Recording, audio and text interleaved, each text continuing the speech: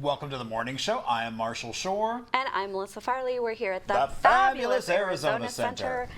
And today we've got someone who you are familiar with, but I just have the new honor to get to know. It is Jake from the Justa Center. And I was not familiar that this existed, and now I'm the work they're blown doing away. Is pretty amazing. Yeah. And helping support seniors who are homeless.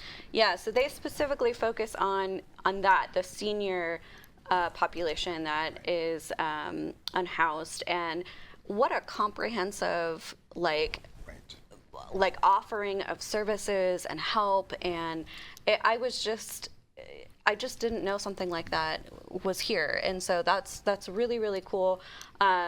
A lot of people don't realize that seniors are the largest population of unhoused people, and so I think that's something that definitely needs particular attention to.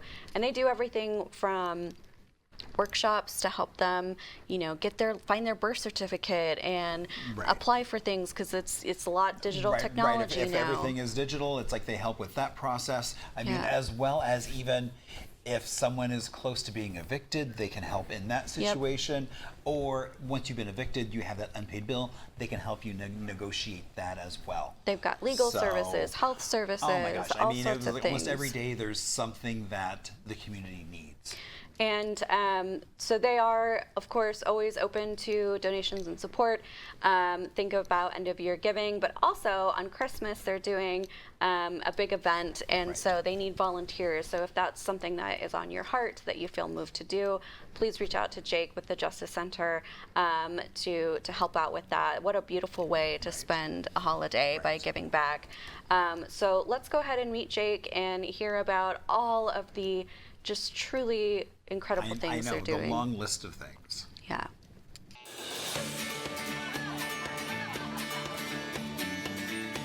Welcome to the morning show. I am Marshall Shore. And I'm Melissa Farley. We're here at the fabulous Arizona Center.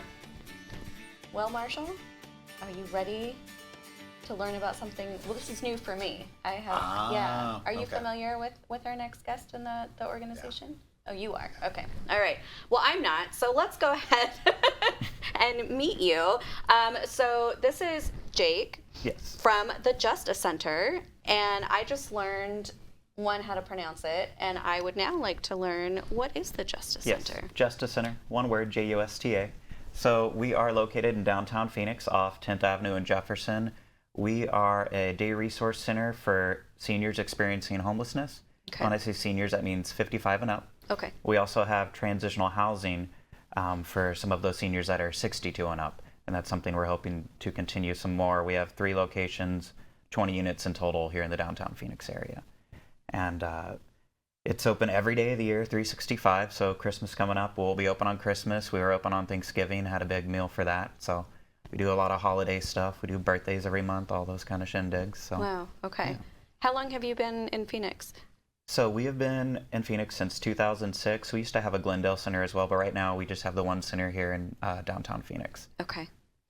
So tell me about why this work is so important and why it's critical that you all exist right now. Yeah, so I think a lot of people know that Phoenix has an increasing crisis of homelessness, affordability, things like that. And a lot of that is concentrated here in downtown, in the neighborhood we're at over off 10th Avenue Jefferson, near the campus where all that is, the Key campus. We're partners with them as well. But there's not a specific place for seniors, and them being on the streets, they do tend to be considered a more vulnerable population. So it's a safe space for them, a haven of sorts, especially with the summers here. It can be pretty brutal, and a lot of people have mobility issues, health issues, especially as they get older in age. And then a lot of them tend to have difficulties with technology, and a lot of things are moving to everything being digital, whether it's applying for that affordable housing, applying for a job, getting Social Security. All these things are increasingly become more and more digitized, and having someone to help them with those processes is a huge help. And we are the only center in the state that is specifically for seniors. That's a day resource center that they can Oh, I go didn't into. realize that part. You're the only in the state. Wow. Yes. So yeah, we're very unique in that sense. And because of that, I think it's given us an edge over some organizations where they might go there for certain things, like they might go to somewhere for shelter, things like that, but where they spend a lot of their day at. Okay. Because it does feel a little more calm and relaxed. All the centers do a lot of great work, all of our partner organizations, but when it is the 18 and up, sometimes things get a little more rambunctious sometimes. And when you go somewhere it's 55 and up, it tends to be a little more of a calm setting, and they tend to like that. That makes sense. So how can viewers get involved? Yeah, so we have a few different ways. One is volunteering. We have all different kinds of volunteer opportunities. People come in groups sometimes, whether it's a church or a business or other organization, and sometimes they'll do a whole day where they have a project they do, or maybe it's something we have called our ambassador program. So a lot of organizations stop once you get them housed, services are done. Something we do that's a little different than other organizations is we send out ambassadors, which are volunteers, and they do weekly checks on different groups. So some of them will cover one neighborhood, some will cover another, whatever's easier for based off where they live. And they deliver what we call our ambassador bags. It's usually canned and dried goods, some toiletries, things like that. And it's just a friendly face to check on them to see if there's anything they need to hopefully prevent that return to homelessness. Because once someone gets evicted, it becomes a lot harder to get housing. So we really want to try to prevent those evictions from reoccurring. How do you get the word out to the senior homeless population that you are there as a resource? Yeah. With us being in the hub of the neighborhood where the campus and all those resources are and being so close to downtown, a lot of them do just kind of know of us because they're literally right outside of our door. Every day when I pull up to work, I see a bunch of people outside and I greet them. Just part of my morning routine at this point. And then with us being a partner with the campus, where Cass and Keys has their shelter, St. Vincent de Paul, those other orgs that are there, we work in partnership with them, so we give them flyers. They know about our information. So when they go to the Welcome Center there, they're told, oh, we see you're 55 and up. Have you been over to the Justa Center? And then we also go to events like Project Connect that Keys hosts, where it's like little pop-up events. We trying to do more things like this, get the word out. Right. But honestly, some of that population isn't watching this so much. This is maybe more for people who are interested in donating funds, volunteering, things like that. But a lot of times it's like if I go to a meeting over at the campus, it's just a few blocks away. I try to walk there. So if I run into somebody, or usually it's a lot of it's who you know. So I try to get to know case managers, frontline staff at all the different orgs. So that way, hey, Jake, I found somebody, and they can shoot me a text or an email and things like that. Same with my coworkers. So are you a nonprofit? We are a nonprofit. Okay, yes. so we can donate to you and then get a tax. Correct. Okay. That's great. Okay, so again, end of year giving, something to think about. Yes. And I know that there's lots of conversations with everything going on in the world about like giving fatigue and donation fatigue and kind of these conversations around transparency of where the money actually goes. Can you talk about some of the things that when people donate, what does that money actually do for you? Yeah, so for us, other than the volunteering, we get a lot of physical donations, clothing, food, things like that for those bags or getting clothes in people's back. For the money itself, it would just be running the facility would be a big one. We also do things like if people have evictions, helping pay those off, that's a big one. Okay. Because that's one of the biggest barriers to people getting housing. If they have that unpaid eviction, they can't rent anywhere. Okay. So, and that usually goes back around 7 years they'll look at. And sometimes people, it could be a couple thousand. I've seen up to 10,000 before. But usually it's somewhere between that 1 to 2,000, sometimes less. So there's things like that.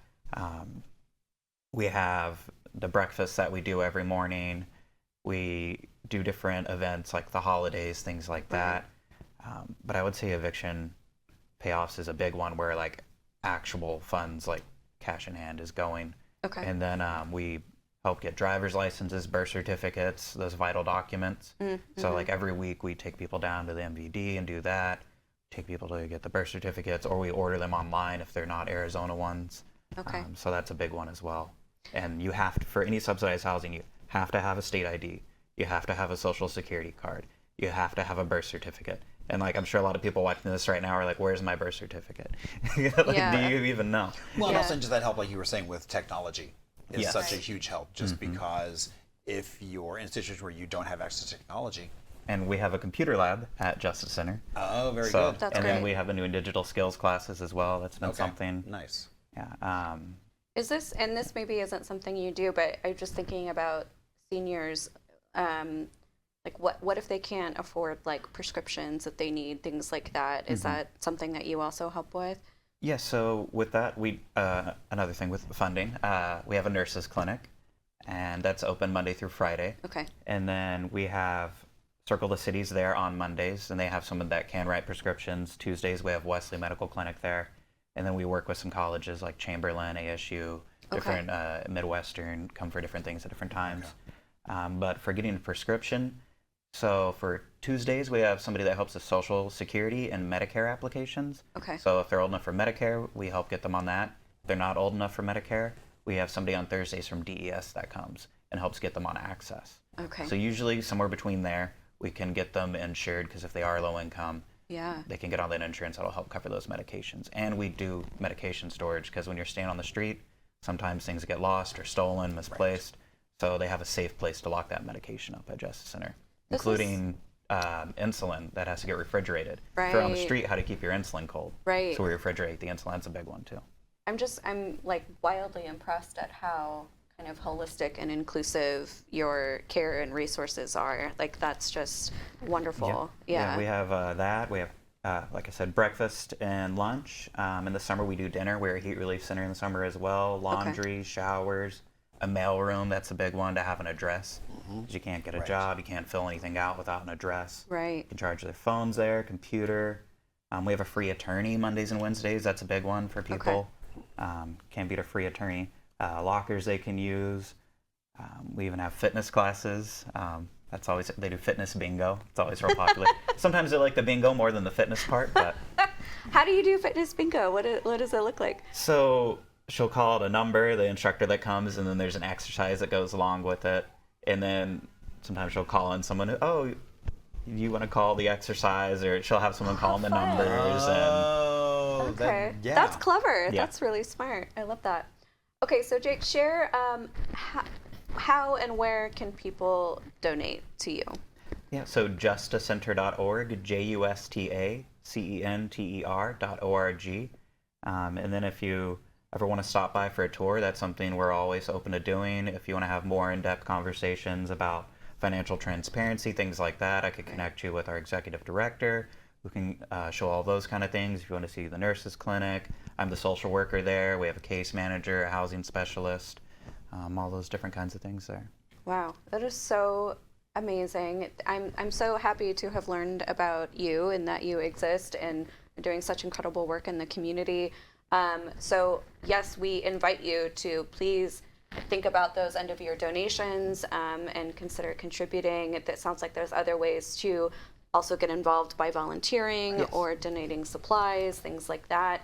And if you do so, we'd love to hear about it and support you and celebrate you. So, tag us on Instagram at On the Morning Show. Let us know that you're working or supporting the Justa Center, and we would love to give you a shout out, because this is just so cool and such a needed thing, I think, for a very specific part of the population that probably doesn't get this kind of care and They're attention. one of the largest populations in Yeah. homelessness, unfortunately, because so many just surviving on Social Security, and Right. it's just not getting them far enough. Right. And the wait list can be 1 to 10 years for some of the places to get into affordable housing.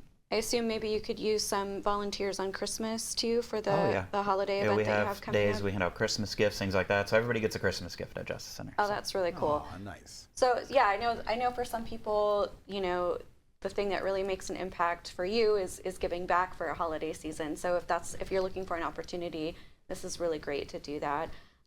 Thank you again so much for being Thank here. you for having me.